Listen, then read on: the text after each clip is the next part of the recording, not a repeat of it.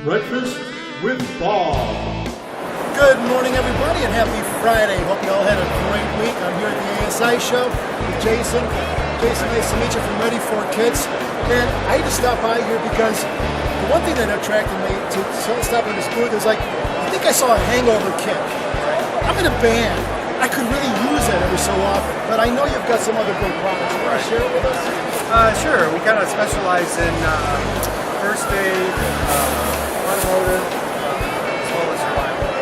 And hangover kits are great for trade shows, especially if you've got a trade show in Vegas or something like that. We have trade show survival kits as well that are basically the hangover kit.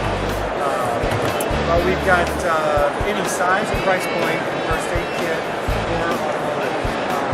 We put brands inside of our kits, whether it's afterlife, weapons, emergency type of thing. But we even think down to the bandages. What can we do differently with the bandages? So that's the hardest thing about a bandage.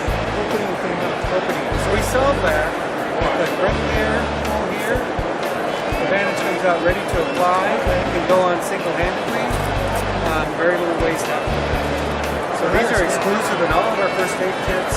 We also have bandage dispensers that have these in them. So it's something that adds a little bit of a flair of pizzazz, whereas most companies are putting the cheapest bandage they can in, stuff it up a little bit, and still stay really competitive pricing. Great.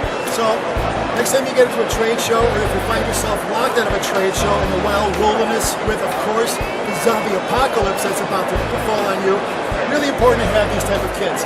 Jason, thank you so much. Thanks for watching, and have a great weekend. Breakfast with Bob.